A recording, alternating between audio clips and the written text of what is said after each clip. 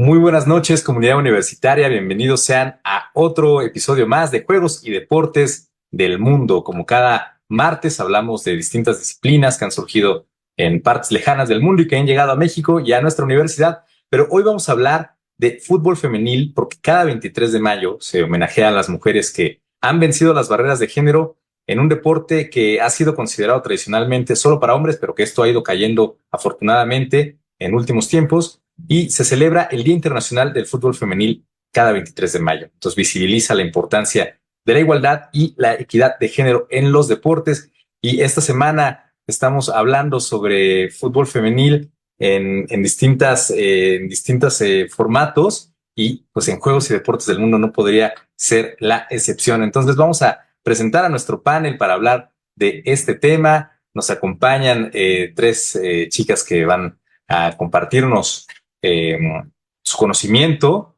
sobre este gran tema. Y los invitamos, como siempre, a que nos escriban, nos dejen su comentario, sus preguntas en nuestro Facebook de Deportunam. Estaremos muy pendientes de todo lo que nos digan. Y bueno, ya sin más preámbulo, nos acompaña Adrianely Hernández, periodista deportiva, que también es profesora de bachillerato e investigadora, licenciada en Ciencias de la Comunicación por la 2 veces H o 3 veces H de Facultad de Ciencias Políticas y Sociales de nuestra UNAM.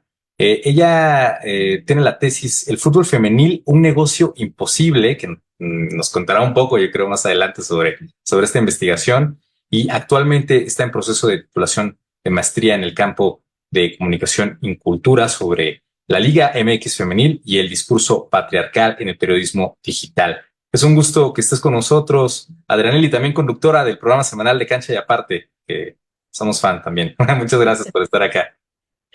Gracias por la invitación y qué bueno que seguimos hablando, no nada más cada 23 de mayo, sino afortunadamente siempre hay un evento, hay un hito, hay una situación relacionada con el fútbol femenil que amerita abordar en estos espacios. Así que encantada de estar acá.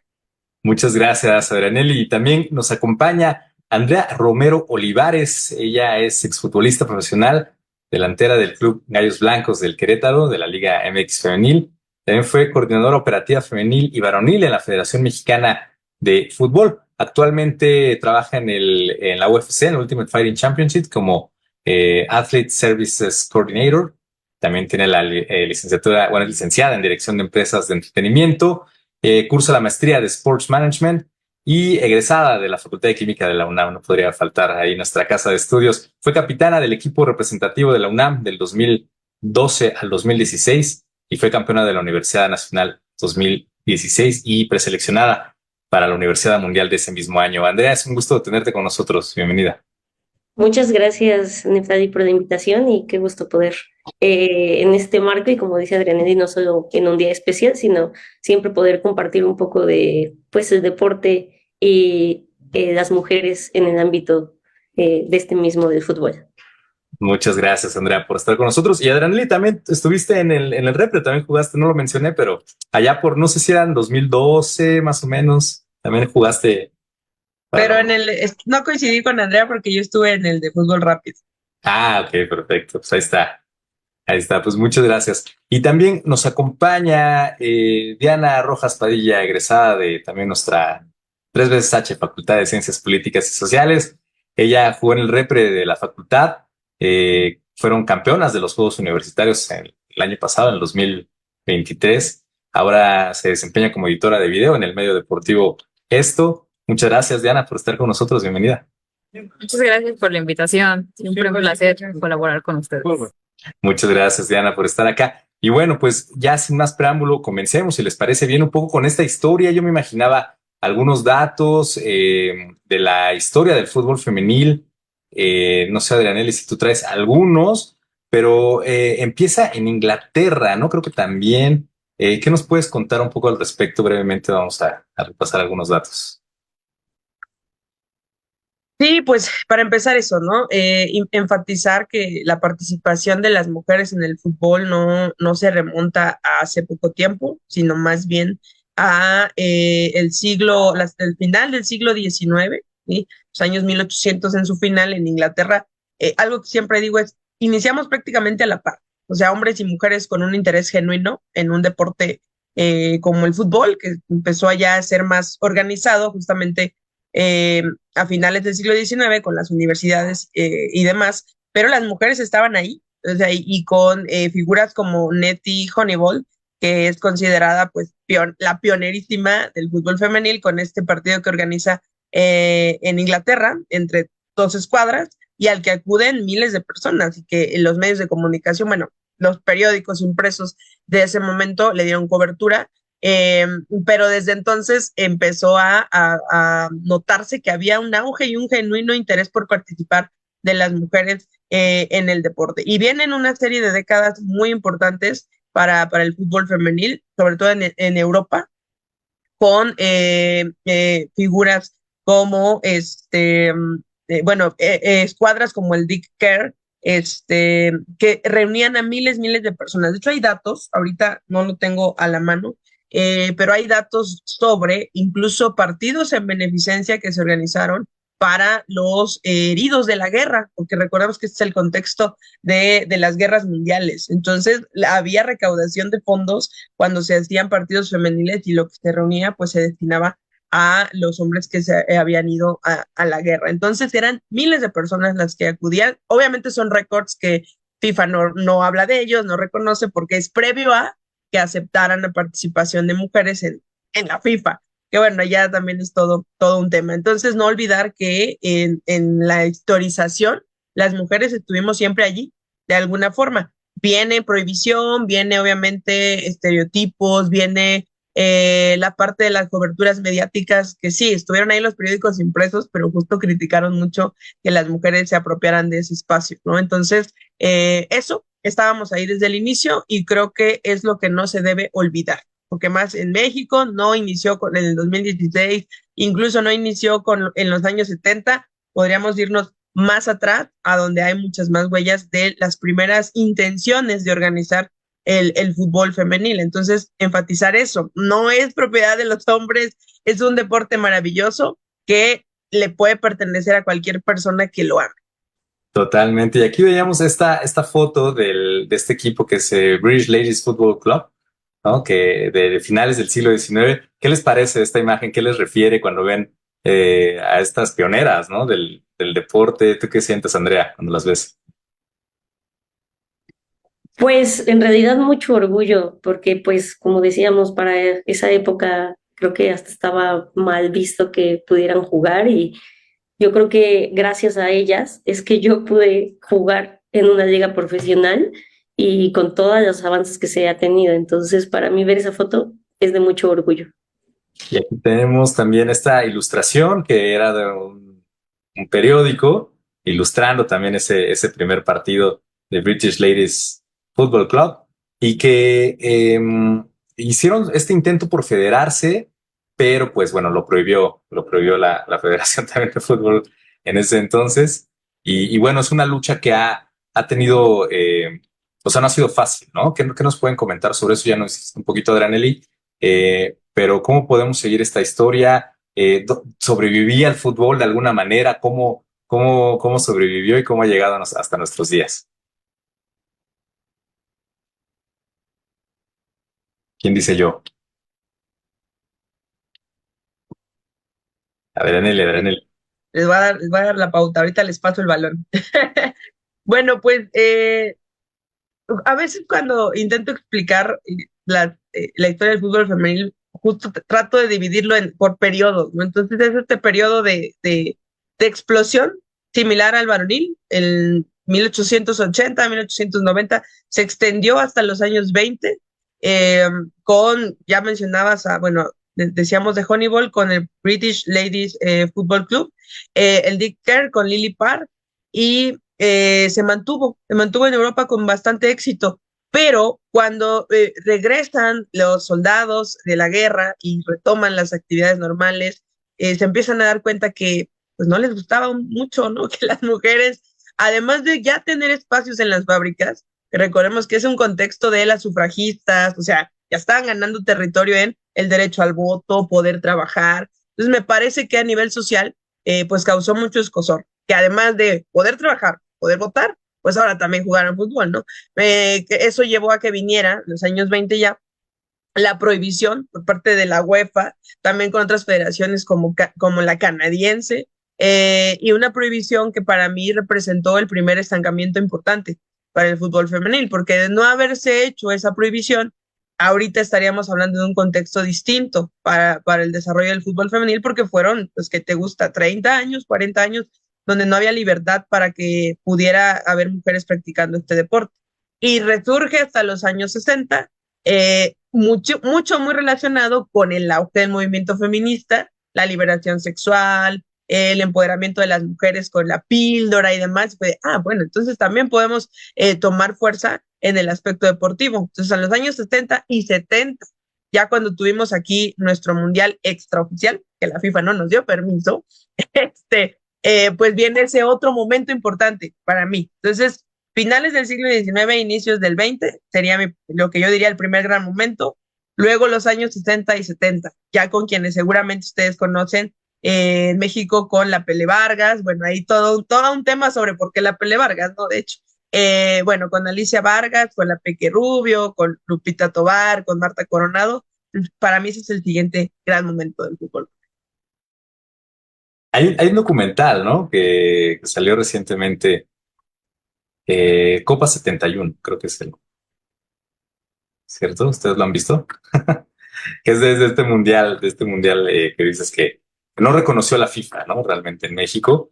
Y entonces ya, digamos que se fueron abriendo paso y últimamente, ¿cómo podemos decir que fue el revival o la explosión más mediática, podemos decir? Porque como dice, siempre ha estado ahí, pero ¿qué momento podemos identificar como el hito del fútbol femenil?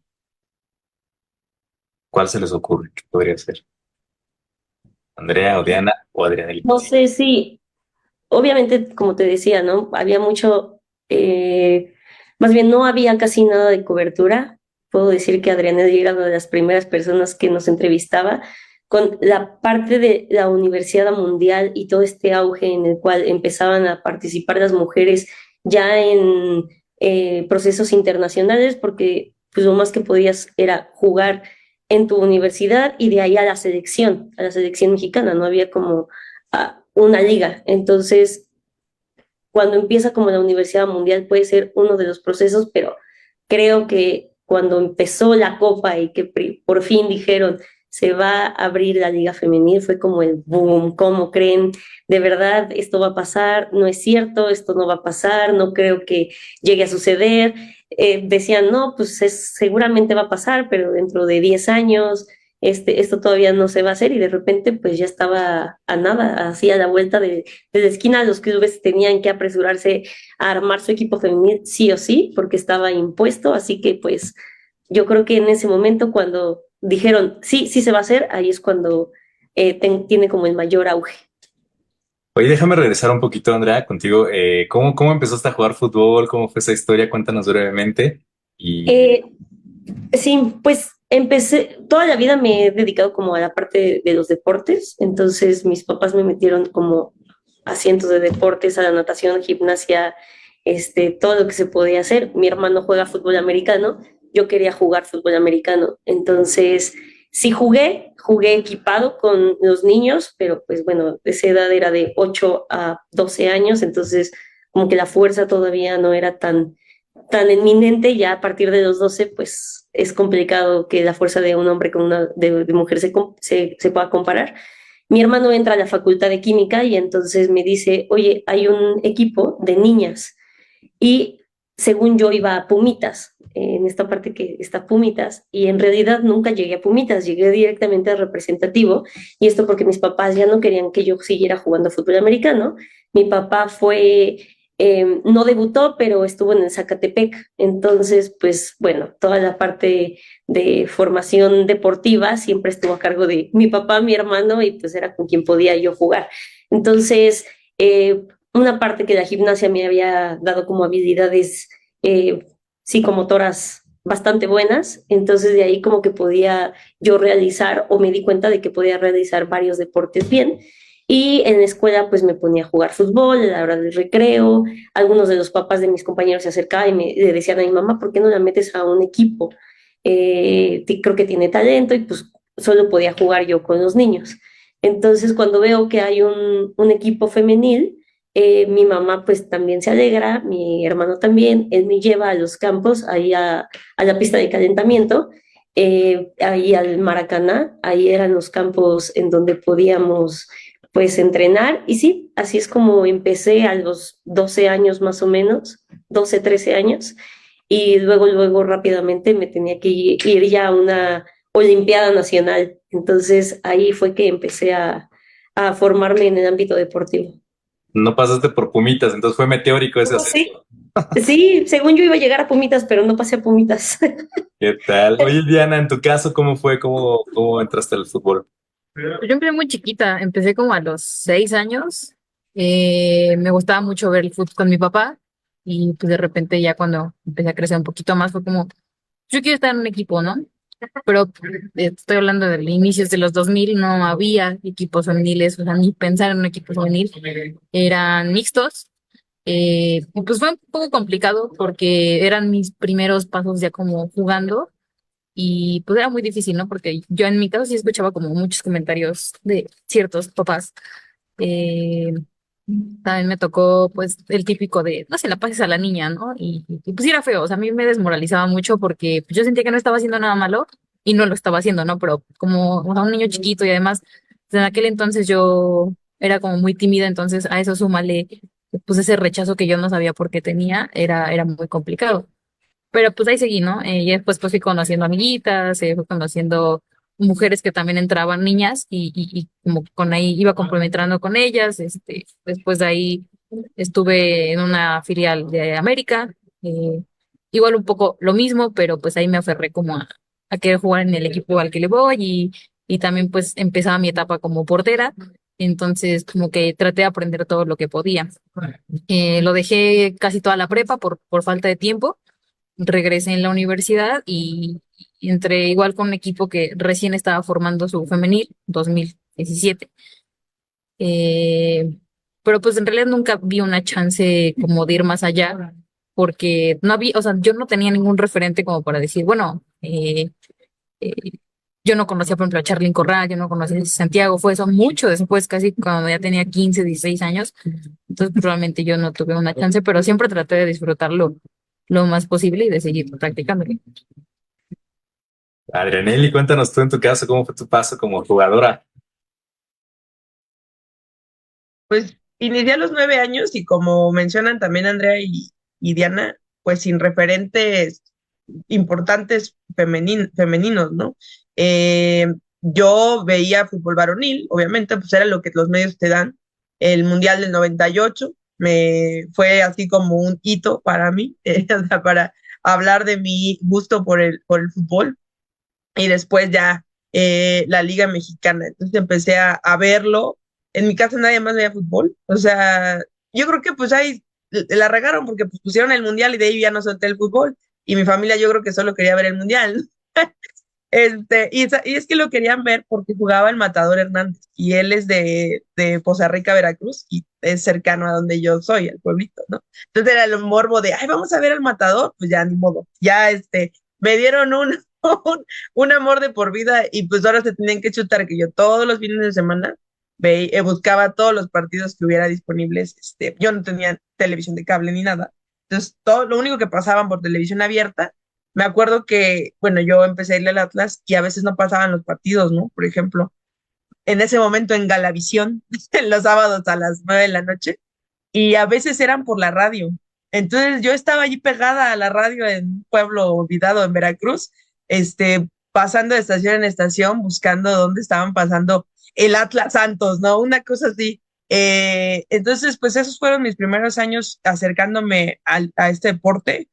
Yo lo jugaba en la escuela, convencí a mis amigas en el pueblo de jugar, jugábamos con nuestros compañeros hombres, e hicimos el primer equipo de fútbol femenil cuando teníamos como 12 o 13 años ahí en el pueblito.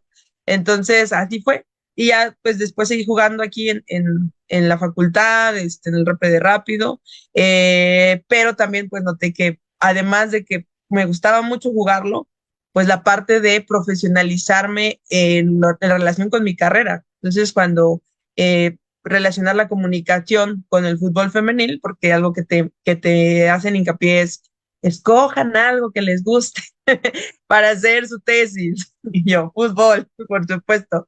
Y pues elegí el fútbol, lo encaminé hacia el fútbol femenil y de ahí sale este reportaje que mencionabas al principio. Y ya de ahí, pues para mí la liga llegó, o sea, tarde, porque yo ya era muy grande, o sea, yo tenía 27 años cuando se anunció la liga y yo al final, como decía ahorita Diana, pues a nosotras creo que nos toca una parte, o tan solo a mí, ¿no? En un pueblito en Veracruz donde no hay absolutamente nada, nos perdimos toda la parte formativa. O sea, por eso yo siento que para mí la liga llegó tarde, ¿no? O sea, no, ya no estaba en una edad para poder aspirar al profesionalismo.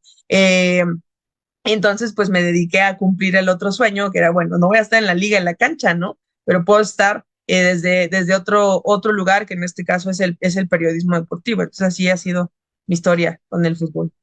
Oigan, y creo que hay estos con coincidencias de abrirse camino, abrir paso en todos los aspectos, ¿no? Cada quien en su trinchera. Andrea, después de que seguiste jugando, ¿y cómo fue esa llegada al profesionalismo y los desafíos que también te enfrentaste, ¿no? Los retos en ese momento.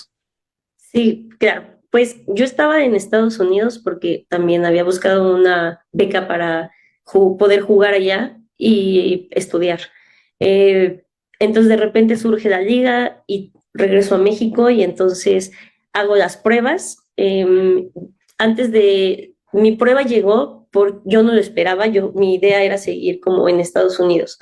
Entonces antes de que existiera lo de la liga, hubo un concurso que Gatorade organizó, se llamaba GCAM, en el cual participó Joaquín Beltrán, que pues uno de los referentes de Pumas, Capi Beltrán. Entonces él me dijo, oye, ¿tienes equipo? Y yo me quedé, no, pues en realidad no, porque para mí todavía no era como real que se estuviera haciendo. Yo dije, creo que va a ser como algo piloto y entonces creo que no voy a dejarlo de Estados Unidos. Me dijo, ¿por qué no vas a las pruebas? Va a ser tal día. Y dije, pero es que estoy estudiando. Entonces me dijo, mira, ahorita pues no vamos a poder pagar como lo suficiente y una de las prestaciones es que puedas estar en una universidad. Me dijo, el convenio que tenemos es con la Universidad de Anáhuac. Entonces ahí como que dije, bueno, tal vez es un poco parecido, no tan parecido. En Estados Unidos empezaban las elecciones de Donald Trump y era un caos en ese momento ser latino allá en Estados Unidos. Entonces, este temor, esta incertidumbre, esta parte de que yo tenía que renovar mi visa de estudiante, mi pasaporte, etcétera, etcétera. Entonces dije, bueno, voy a ver qué hay, ¿no? Y entonces hice la prueba, pasé los filtros y Querétaro no participó en la Copa, entonces nos dio tiempo como de todavía formar el equipo y pues fui prácticamente de las primeras en inaugurar la liga, ya la liga como tal. Había un cambio muy drástico, sí había un cambio, no tan drástico porque el representativo, o al menos lo que nosotros tratábamos de hacer, era lo más profesional porque era lo más que conocíamos. Pero después de estudiar ibas al gimnasio, después del gimnasio te ibas a entrenar y regresabas a estudiar. Sí, obviamente el gimnasio era opcional. Yo agradezco haber podido hacerlo porque pues cuando llegas a la liga profesional, pues te das cuenta de que lo necesitas, sí o sí. Por supuesto que se volvió más exigente y entonces ya no eran solo dedicarle 2 horas, sino pues ya era pues tu modo de vida, que te dedicabas completamente a eso y la escuela se quedaba como en segundo término. Pero bueno, gracias también al fútbol, pues es que pude terminar la otra carrera de dirección de empresas de entretenimiento en Anáhuac.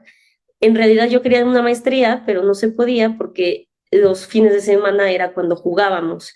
Y pues a veces estabas en México, a veces, digo, en Querétaro, a veces te tocaba, cada 15 días, pues te tocaba ir a otro estado para jugar.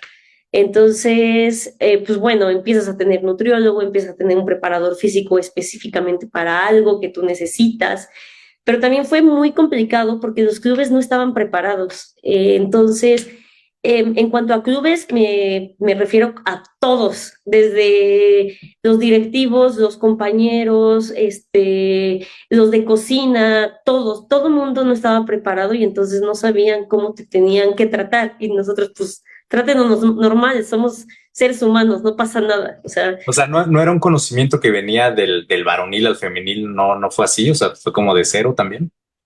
Fue de cero completamente. Y entonces, en un principio era, los hombres y las mujeres no se pueden ni siquiera voltear a ver.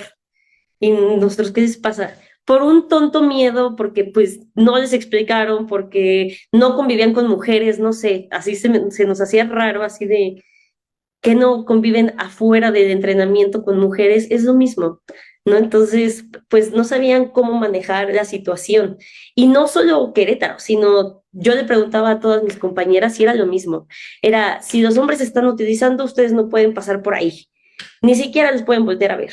Y todos, pues, ni a quién importa, ¿no? La verdad es que lo que nos queríamos era ir a entrenar, no estarlos viendo a ellos. O sea, Entonces, había como unos prejuicios o estereotipos, ¿no? pero muy, muy marcados, cañón. Y a veces ni siquiera era de los jugadores, era de los directivos, porque tiempo después los jugadores nos decían, es que ustedes ni nos pedaban. Nosotros, pues es que nos decían que ni siquiera los podíamos saludar porque ustedes eran que los payasos, que los reyes de club y demás, y ellos no, pues ni al caso.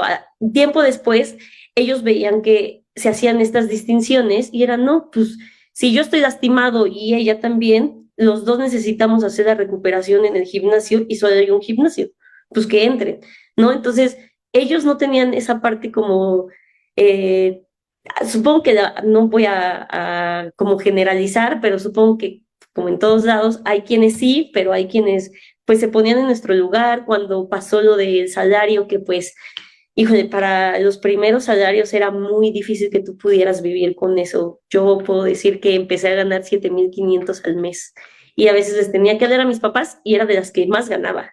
Entonces les tenía que hablar a mis papás para decirle, oigan, ya no tengo para la gasolina para ir a entrenar.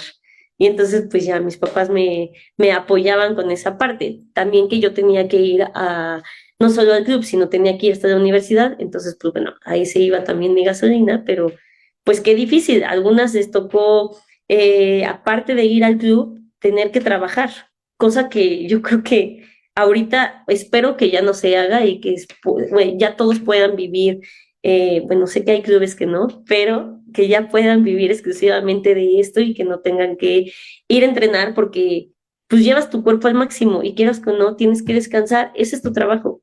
Ese es un trabajo que así es, no es que estés perdiendo el tiempo en tu casa. Lo que llaman entrenamiento invisible sigue siendo tu trabajo. Entonces, si no lo cumples, pues ¿cómo puedes rendir? Era complicado que alguien pudiera rendir si después de entrenar se tenía que chutar 1 hora en camión para llegar a su otro trabajo. ¿Qué tal? Pues seguiremos hablando de estas desigualdades de recursos, financiamientos y oportunidades. Pero Adrianelli, ¿qué nos puedes contar tú? Tú escribiste la tesis, el fútbol femenil, un negocio imposible. Tuviste nacer la Liga MX femenil. ¿Cómo fue esa historia? ¿Has visto esos retos y cómo han evolucionado? ¿Siguen igual? Pues la tesis previa a la liga, por ejemplo, o sea, eso nos da un contexto de cómo estaba el fútbol femenil antes del anuncio de la Liga MX, ¿no? De la liga profesional.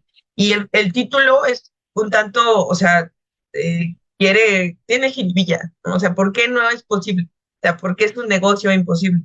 Eh, de acuerdo con lo que a quienes yo cito en la tesis y en las entrevistas que hice, para mí, bueno, en mis conclusiones lo pueden ver, no es posible porque no quieren hacerlo posible. O sea, eso yo lo decía antes, ¿no? De la Liga MX femenil, porque había muchas personas apostando por el fútbol femenil, eh, personajes en el sector amateur que ponían de su propio dinero para poder sostener equipos femeniles. En el contexto de la tesis, pues yo hablaba de Liga Mayor Femenil, de la Liga Mexicana, bueno, la Copa Telmex, que siempre ha sido un referente para las Olimpiadas Nacionales, que han sido muy, bueno, que eran muy importantes y ahora se ha transformado en algo que ya no ayuda mucho. Entonces, había bases muy importantes y para mí el que fuera imposible era que quienes tenían la posibilidad de llevarlo al siguiente nivel no querían todavía, ¿no? Hablando de directivos, hablando de la misma Federación Mexicana de Fútbol, eh, de lo que pasaba en selección mexicana en ese momento.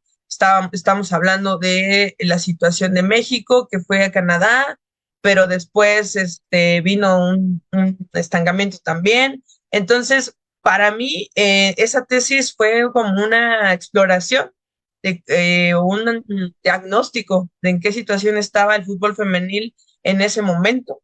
Y es justo previo a la universidad que gana la UNAM con Andrea, es previo a, bueno, en el contexto de equipos importantes como las Cholas, con este impulso que le había dado Mari Barra, que en paz descanse, con esta alianza con Cholos. Entonces, había mucha gente que quería, pero no era posible dar el siguiente paso porque quienes tienen el poder en nuestro país y en el fútbol no querían aún. No había una presión importante por hacerlo realidad. Esa presión importante viene años después con el Mundial del 2026, bueno, con querer ganar la sede para la Copa Mundial del 2026 y entonces México en un interés de, bueno, tengo que verme mucho mejor ante la FIFA. Entonces necesitamos tener una liga profesional de mujeres y sale un poco al vapor y eso provoca esto que ahorita explicaba Andrea. Nadie sabía qué hacer. O sea, y como bien dice Andrea, nadie. O sea, obviamente medios menos, ni medios, y ahorita eso sigue pasando, esto de no vean el equipo varonil porque, como de, wow, ¿por qué? Entonces, eso es la evaluación que yo hice previo a la liga y ahora con la tesis de maestría, pues ya es un análisis ya de la liga y del tratamiento mediático que se le ha dado pues de que nace hasta ahora en que ha habido cambios, sí, pero no del todo. Todavía falta mucho por hacer en Gober. Y bueno, me gustaría rescatar lo que dijo Diana hace rato cuando jugabas en la primaria, ¿no? Que te decían, bueno, no se la pasa a la niña. No sé si esa expresión desafortunada, ¿tú la has visto que se sigue replicando, Diana, ya, desde que está tu experiencia como jugadora en la universidad y ahora que estás en los medios trabajando, ¿tú crees que esos retos siguen, esas desigualdades? ¿Cómo lo ves desde tu perspectiva? Me gustaría decir que no, eh, y quizá en mi burbuja, que obviamente yo me junto con gente que tiene pensamientos similares al mío, pues quizá ya no, pero basta con salir un poquito y asomarte en redes para darte cuenta de la realidad, ¿no? Y esta frase que te dije es lo menos feo que vas a escuchar, ¿no? Tenemos los casos de acoso, ¿no?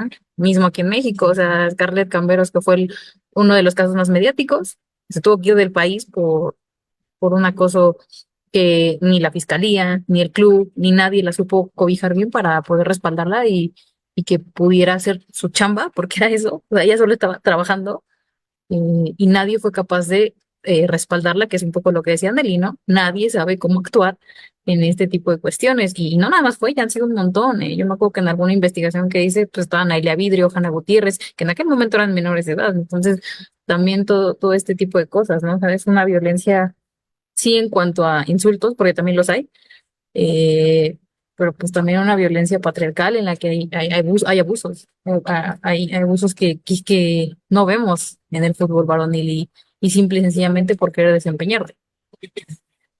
¿Qué tal? Pues bien, para que no se ponga muy oscuro y turbio el tema, también hablaremos un poco de las oportunidades y los avances. Andrea, ¿cómo has visto los avances recientes en el fútbol femenil desde esta experiencia que tuviste, que nos contabas? ¿Cómo has visto tú personalmente esos avances? Creo que afortunadamente sí ha habido avances. Creo que todavía puede y vamos hacia un camino donde pronto, porque lo que antes decíamos, no queremos la igualdad o la similitud, queremos lo que te pertenece, lo que era digno para poder vivir. Porque sí, entendíamos que a lo mejor un equipo femenino no llenaba el estadio, pero eso no implicaba que nos dieran las obras de lo que había. Era como, ok, no te estoy pidiendo que me pongas el salario de Guiñac, o sea, solo hazme un salario donde yo pueda vivir y como decía esta parte, no tenga que tener dos trabajos. Entonces, cuando yo, después de retirarme, empecé a trabajar como en la parte administrativa, tanto de Gallos como de Pumas, ahí el Club Universidad. Y en esta parte me tocó que la liga ya había puesto como tope que no le podía pagar a sus jugadores, a sus jugadoras menos de 8,000 pesos, que dije, bueno, ya vamos un avance, porque antes a las más chiquitas les pagaban 2,000 pesos, y yo, ¿qué pueden hacer con 2,000 pesos? ¿No? Entonces era una tontería que con 2,000 pesos pudieran sobrevivir. Entiendo que estaban todavía con sus papás, pero bueno, pues era su trabajo. Me tocó esa parte. Ya después, estando en selección nacional, al menos me tocó ya ver que ya les pagan por apariciones. Antes, pues hacían los comerciales y era pues muchas gracias, hiciste excelente trabajo y ya, no les tocaba como esta parte que se llama regla de tres, en el cual les pagan a los jugadores y jugadoras por aparecer en N cantidad de comerciales por patrocinios. Entonces, a las jugadoras ya les pagan y eso está bien, ya no solo es su salario de lo que antes vivías o jugabas, ¿no? Porque ese también era otro tema. A la jugadora que puede ser muy buena, si para la televisión o para las marcas o etcétera, patrocinadores, no cumplía con los estándares de belleza, entonces no la podían patrocinar, cosa que en el varonil tampoco sucede. En el varonil, ¿cuántas personas pues a nuestro parecer no es como muy atractivo, pero pues juega muy bien y obvio lo que rescatas es que juegue bien y entonces por eso tienen patrocinadores? En las jugadoras era entre más guapa, entre más enseñes, entre más tontería y media, te puedo patrocinar, no me importa tu talento. El chiste es entonces o estamos haciendo el fútbol femenil o estamos en un concurso de belleza. Entonces, esa parte también como que se ha ido un poco erradicando, en el cual ya están enfocándose en el talento de las jugadoras, ya no solo en si es alta, si tiene cuerpo atlético, si es muy guapa, etcétera, etcétera, o si es mediática. Entonces, ya se estén enfocando bien en esta parte de, a ver, ¿tienes talento? Ok, yo marca me acerco porque me interesa que seas embajador de mi marca. Entonces, creo que eso ha sido uno de los avances, el hecho de que también muchos clubes ya estén haciendo solo totalmente su parte femenina exclusiva para las jugadoras. Eso creo que también es un gran avance. Ya no es que tengan que compartir, o a veces me enteré de muchos equipos que de repente el gimnasio de la colonia lo utilizaban para poder llevar sus sesiones de entrenamiento. Eso también digo, bueno, ¿por qué las estamos exponiendo si en el club existen las posibilidades? Porque les expones a mil cosas, a que estén solas, a que las insulten, a que alguien llegue, a que tú no sabes qué cantidad va a pasar. Entonces, bueno, esa parte creo que también ya se va avanzando en cuanto a oportunidades y ojalá y algún día podamos llegar a la igualdad. Hemos visto sin duda un crecimiento también de la popularidad y la audiencia, fútbol femenil, aumento de inversión y patrocinio. ¿Cómo lo has visto, Daniel? ¿Y qué nos puedes comentar sobre esta parte? Pues son pasos hacia adelante. También lo enfatizamos así como se tiene que mencionar lo que todavía se necesita trabajar, pues mencionar lo bueno. En ese sentido, pues las asistencias, la apertura de más estadios, la presencia de, por ejemplo, programas especializados, hay más opciones para poder ver más allá de los juegos, hay más medios hablando de fútbol femenil, aparecen en más cuestiones también publicitarias, como bien decía Andrea, pero creo que sigue siendo un porcentaje menor de tanto de clubes como de medios, como de marcas, que lo están haciendo bien.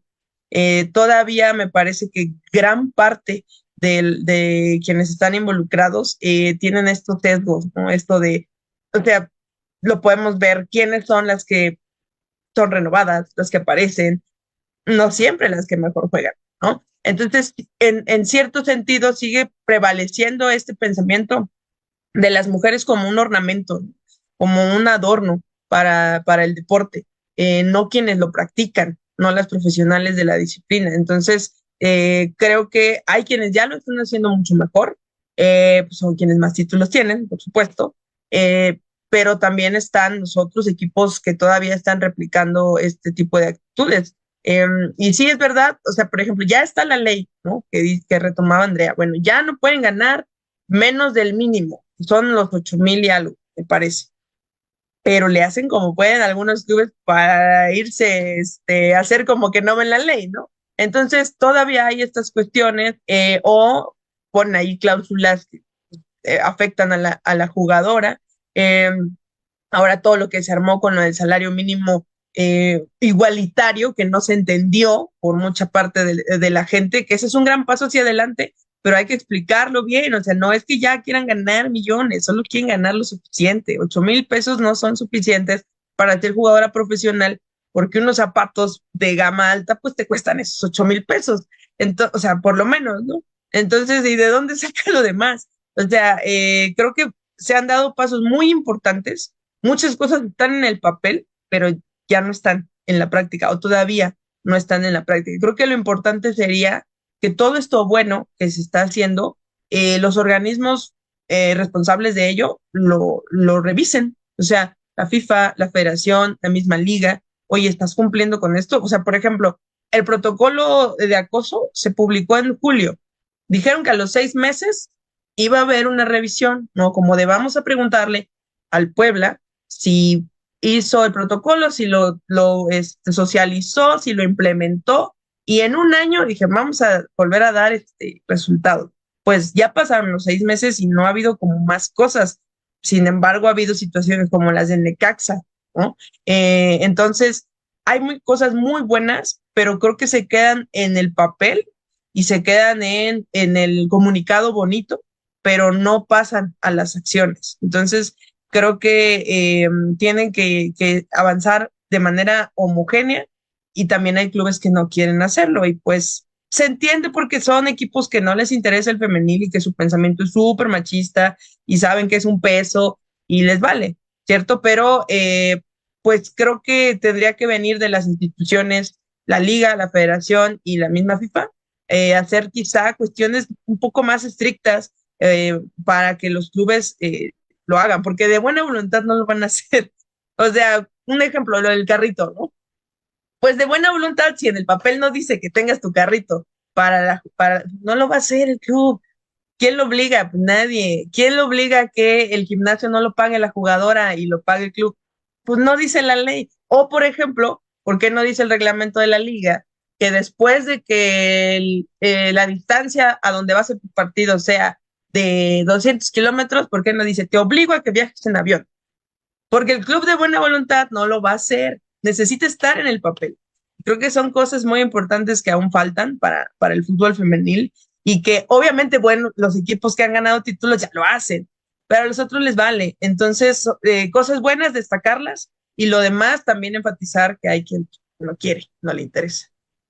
Oigan, pues ya estamos entrando en la recta final del programa. Les iba a preguntar si hay algún ejemplo de programa o política que promueva la igualdad de género en el deporte, en el fútbol, se les viene alguno a la mente. Como que dices, Adrianel, es complicado, que a veces está en el papel, pero como dicen, del dicho al hecho, hay mucho trecho, ¿no? Y bueno, ¿qué consejos para las nuevas generaciones de jugadoras y profesionales del fútbol nos podrían dar una reflexión, Andrea? Pues afortunadamente ya hay referentes que desde niñitas y desde que están muy chicas van a los estadios justo a apoyar el fútbol femenil y entonces ya saben a quién se quieren parecer, ya saben que existe una liga y que pueden ser ellas profesionales, que solo es cuestión de que sigan entrenando, que sigan cumpliendo, que se preparen, porque cuando les llegue la oportunidad, pues la tienen que tomar y que ya existe eso que está antes, o más bien eso que estaba como en el aire, porque pues yo cuando también estudiaba dije, nunca por mi mente me pasó ser futbolista profesional, porque no existía, porque no había la posibilidad, porque decías, bueno, pues voy a aprovechar mi talento para tener una carrera, para que de ahí pueda aspirar a tener un buen, no sé, un buen papel para estudiar, un trabajo que me dedique a lo deportivo, etcétera, y hasta ahí era. Ahora ya existe esta parte en que las niñas también pueden soñar con ser futbolistas como cualquier niño que le preguntas qué quiere ser de grande y te dice futbolista. Claro que sí, ya las mujeres pueden ser futbolistas y lo que quieran ser. Entonces, pues bueno, mi consejo es que sigan entrenando, sigan preparándose y que sigan viendo mucho fútbol femenino. Oye, Diana, y en tu caso también, ¿cómo has visto, y ahorita iré con Adrianel también sobre este tema, la cobertura que hay en los medios? ¿Tú cómo lo ves actualmente? ¿Crees que ha avanzado comparado con tiempos anteriores? Sí, definitivamente avanzado. O sea, yo me acuerdo que justo en el tiempo que coincidí con Nelly, éramos 3 medios. Poco a poco, pues obviamente la cobertura se ha ampliado cada vez, pues, no sé, cadenas más grandes que llegan al fútbol juvenil, pero no sé, siento que todavía hay mucho trabajo por hacer, como dice Nelly, todavía hay ciertas cositas y ciertos sesgos en ciertos medios que hacen que no haya una cobertura como totalmente, no es llamarlo buena, como totalmente homogénea. Hay que seguir trabajando en ello, pero sí, definitivamente ha habido un avance grande entre lo que eran los primeros torneos a lo que es hoy, ¿no? De entrada, pues ya los televisan, digo, de repente faltan algunos que es como, eh, ¿dónde están? Pero, pero creo que ya hay una cobertura mucho más grande que obviamente puede seguir mejorando muchísimo. ¿Cómo has visto esta evolución, Adriana, en la cobertura de los medios y en el lenguaje también, ¿no? Que se utiliza. Sí, sí, o sea, sí ha mejorado, por supuesto. Si tuviéramos la oportunidad de ver alguna transmisión del primer año de la liga, no, o sea, la bilis, ¿no? Así, recordando aquel hace muchos corajes. Entonces sí ha avanzado. Se ha intentado ya usar, por ejemplo, más el género femenino para nombrar la árbitro. O sea, todo el primer año era la portero, la delantero, la árbitro. Todo ese primer año fue así. Incluso van 3 hombres a la barrera, ¿no? Pues era fútbol femenil, así. Entonces, eso ya es raro escucharlo. O sea, ya se ha modificado para bien el lenguaje, me parece. Eh, Creo que sí, sigue habiendo la, ¿cómo decirlo? El vender el fútbol femenil como poco interesante. O sea, creo que las transmisiones, la mayoría siguen siendo aburridas, siguen siendo poco contextualizadas y eso inconscientemente da el mensaje de que está aburrido, ¿no? O sea, no hablan de más datos, no hablan de más contexto. Hay mucho fútbol femenino, cosas relacionadas con él en todo el mundo, o sea, otros clubes, fútbol internacional, fichajes, avances también a nivel médico, o sea, todo este tema me parece que apenas salió una iniciativa ya que van a hacer investigaciones específicas sobre las lesiones del ligamento cruzado anterior, por ejemplo. O sea, todo eso que nos deje ver que hay muchas cosas muy buenas, ¿no? Interesantes en el fútbol femenil. Creo que de pronto hacen muy aburridas las coberturas y eso, pues, tiene un impacto en la construcción de referentes e incluso también en las marcas. ¿Qué te vas a querer subir a un equipo o patrocinar a una jugadora si es aburrido?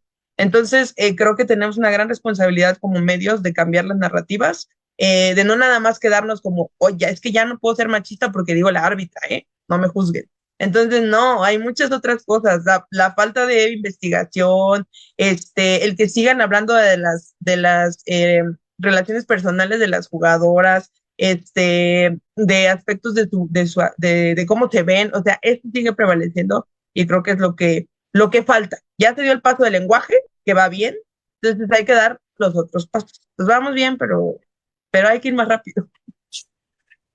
Pues les agradezco mucho que nos hayan dado todo este panorama, este contexto para seguir hablando de estos temas. Como dice Darnelli, que no se quede en estos días conmemorativos, sino que sea una reflexión constante. Y a eso las invitaría para concluir una reflexión sobre el futuro del fútbol femenil, cómo superar estos retos restantes y también la invitación a la audiencia, ¿no? Para seguir participando en esta conversación, Andrea. Pues creo que también inicia con nosotras, o bueno, con nosotros mismos, el hecho de querer consumir pues lo que nos apasiona y lo que nos interesa. Porque a veces nos decimos, ¿no? Me ha tocado casos, quiero ir al estadio, ay, pero que me regalen el boleto. Pues no, te cuesta mucho menos que ir a un partido del varonil. O sea, compra el boleto, no lo busques regalado.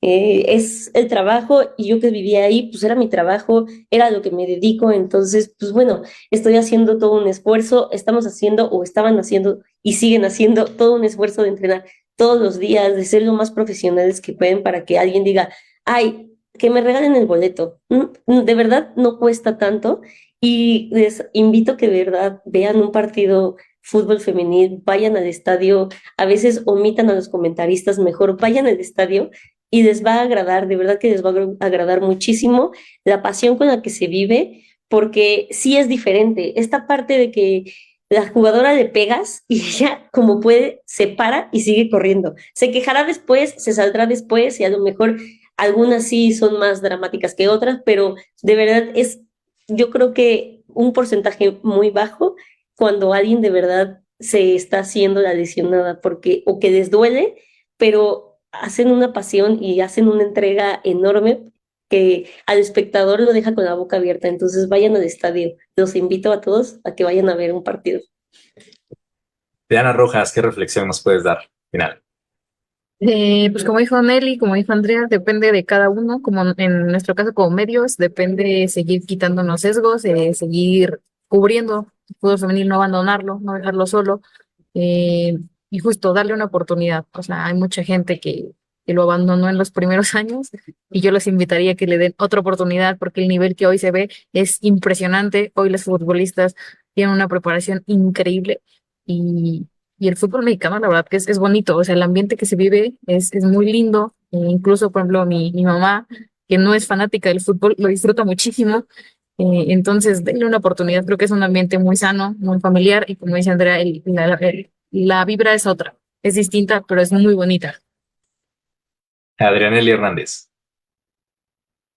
Esto que te quiten este estereotipo, esta venda de los ojos de escuchar femenil, de ya sea fútbol, lo que sea, decir, ay no. O sea, creo que mucha gente, incluso mujeres, lamentablemente tienen ese pensamiento como de, no, es que es femenil. Entonces, denle una oportunidad, como acaba de decir Diana, consúmanlo en televisión, si no pueden ir al estadio, pero si sí, justo vayan, compren su boleto, es muy barato, compren camisetas si es posible, yo tengo ahí de todos los equipos ya con su nombre. Entonces, apóyenlo de la forma que puedan. O sea, ok, no puedo a lo mejor ir al estadio porque el consumo adentro, bueno, sintonízalo, los ratings también han subido. Interactúa, que sea un tema en redes sociales del que tú compartas, hables, sé el líder de opinión o la líder de opinión ahí en tu familia, con tus amistades, y vete ahí el fútbol femenil. Creo que es importante e incluso, bueno, los análisis de grandes investigadores e investigadoras sociales dicen una sociedad que tiene un deporte más igualitario es una sociedad más segura, es una sociedad más sana en todos los sentidos. Están los datos de los países que están justamente en los más altos índices de igualdad y de seguridad, tienen igualdad en el deporte. Entonces le beneficia a todas y todos que el fútbol femenil avance. Les agradecemos mucho esta reflexión que nos hacen, Juegos y Deportes del Mundo, y los invitamos a eso precisamente, a que apoyen el fútbol femenil, pero también el deporte en general, el deporte femenil, el deporte en general, que lo practiquen. En la UNAM tenemos más de 90 disciplinas deportivas, programas de extensión para los pequeños, así que no lo duden más. Tiene muchos beneficios para todos ustedes. Pues muchas gracias, Andrea, Diana y Adrianely, por comentarnos esto esta noche. Y nos vemos la siguiente semana en otro programa de Juegos y Deportes del Mundo. Hasta luego.